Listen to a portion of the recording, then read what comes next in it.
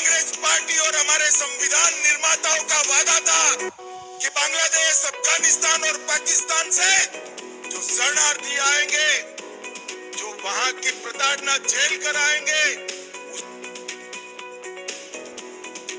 केंद्र की मोदी सरकार ने ऐसे टाइम पर, ऐसे समय पर नागरिक संशोधन विधेयक को लाई है जिससे जो शरणार्थी बांग्लादेश, पाकिस्तान और अफगानिस्तान से आए थे उनको भारत में मोदी सरकार सम्मान देने का काम करेगी, यानी उन्हें नागरिकता देने का काम करेगी। यही मुद्दे को लेकर, यही मैटर को लेकर भारतीय जनता पार्टी 2024 के लोकसभा चुनाव का इंतजार कर रही थी कि जैसे ही लोकसभा चुनाव आएगा वैसे ही हम नागरिक संशोधन विधेयक को लागू करेंगे।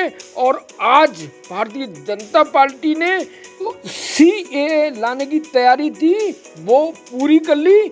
और इसके पीछे की रणनीति को समझते हैं कि अगर भारतीय जनता पार्टी सीएए को ऐसे टाइम पर लागू क्यों किया है। दरअसल भारतीय जनता पार्टी इसलिए नागरिक संशोधन बिल लेकर आई है क्योंकि भारत में रहने वाले जो 6 साल से भारत में बांग्लादेश, पाकिस्तान और अफगानिस्तान से हिंदू, सिख, बौद्ध, ईसाई और फारसी लोगों को सम्मान देने के लिए भारतीय जनता पार्टी चुनाव को एक बहुत बड़ा मुद्दा बनाना चाह रही है।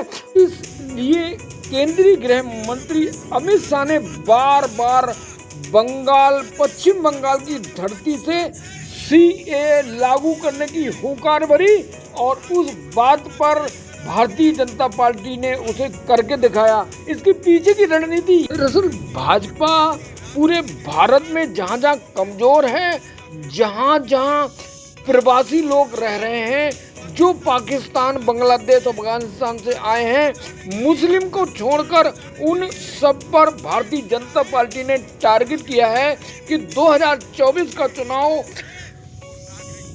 में ऐसा मुद्दा लाएगी जिसको विपक्ष अगर बोलने की कोशिश करेगा, विरोध करने की कोशिश करेगा, तो ये जो जनता है, ये जो शरणार्थी है, वह विपक्ष के हर नेता को तुच्छीकरण की राजनीति में फंसाकर वोट बीजेपी को देगी। और बीजेपी इस गेम चेंजर प्लान को बहुत समय से इंतजार कर रही थी कि मौका बने कि जल्दी ही बने। इसलिए भाजपा ने पश्चिम बंगाल में एक बार फिर अपनी जड़ों को मजबूत करने के लिए, वहां से ममता बनर्जी को उखाड़ फेंकने के लिए नागरिक संशोधन बिल लेके आई है। और हर हाल में ये संशोधन बिल लोगों को, जो शरणार्थी, उन्हें नागरिकता देने का काम करेगा, क्योंकि इसके पीछे की रणनीति यही है कि भाजपा पश्चिम बंगाल में 18 सीट से दुगनी सीट करना चाहती है, तकरीबन 30-35 सीट जीतना चाहती है, क्योंकि वहाँ पर भारी मात्रा में 6 लाख लोगों के आसपास भारतीय प्रवासी रहते हैं और उनको भारतीय जनता में टारगेट कर 2024 के लोकसभा चुनाव में बहुत बड़ा मुद्दा बनाकर वोट कैश कराएगी और विपक्ष को तुच्छीकरण में फंसाकर 2024 में मोदी को तीसरी बार सत्ता में पहुंचाएगी। नागरिक संशोधन विधेयक को लेकर केंद्रीय गृह मंत्री ने अपने भाषण में, रैली में क्या कुछ कहा, सुनते हैं उनके भाषण को कि आखिर केंद्रीय गृह मंत्री ने नागरिक संशोधन बिल को लेकर क्या कुछ कहा। कांग्रेस पार्टी और हमारे संविधान निर्माताओं का वादा था कि बांग्लादेश, अफगानिस्तान और पाकिस्तान से जो शरणार्थी आएंगे, जो वहां की प्रताड़ना झेल कर आएंगे, उसको हम नागरिकता देंगे। मगर तुष्टीकरण की, वोट बैंक की राजनीति के कारण कांग्रेस पार्टी इसका विरोध करती थी।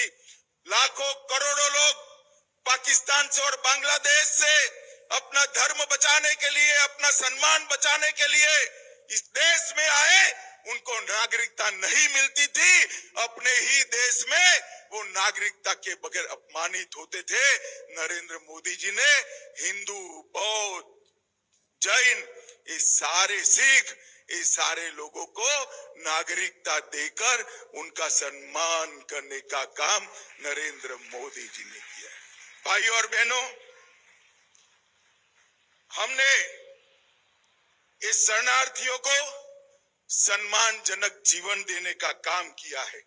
उनकी संस्कृति, उनकी भाषा, उनका धर्म, उनके परिवार की महिलाओं का सम्मान, उसका रक्षा करने का काम किया है।